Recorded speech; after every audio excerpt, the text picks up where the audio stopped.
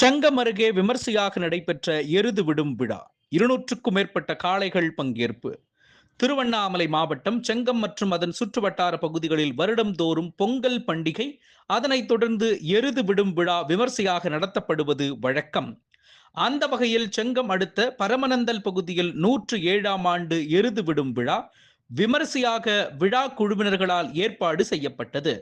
முதலில் கோயில் காளையை களமிறக்கிவிட்டு அதன் பின்னர் உள்ளூர் மட்டுமல்லாது வெளி மாவட்டங்களான தருமபுரி, கிருஷ்ணகிரி, திருப்பத்தூர், வாணியம்பாடி உள்ளிட்ட பல பகுதிகளைச் சேர்ந்த 200க்கும் மேற்பட்ட காளைகள் அவிழ்த்து விடப்பட்டு சீறி பாய்ந்தன. இதில் குறிப்பிட்ட இலக்கை குறைந்த நொடியில் கடந்த காளைகளை வெற்றி காளைகளாக தேர்ந்தெடுத்து அக்காளை மற்றும் அதன் உரிமையாளர்களுக்கு ரொக்கப் பரிசு வழங்கப்பட்டது.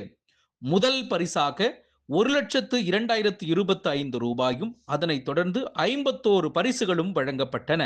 இவ்விழாவை காண இளைஞர்கள் மட்டுமல்லாது பொதுமக்களும் உற்சாகமாக கலந்து கொண்டு கைத்தட்டி ஆரவாரம் செய்து மகிழ்ந்தனர்.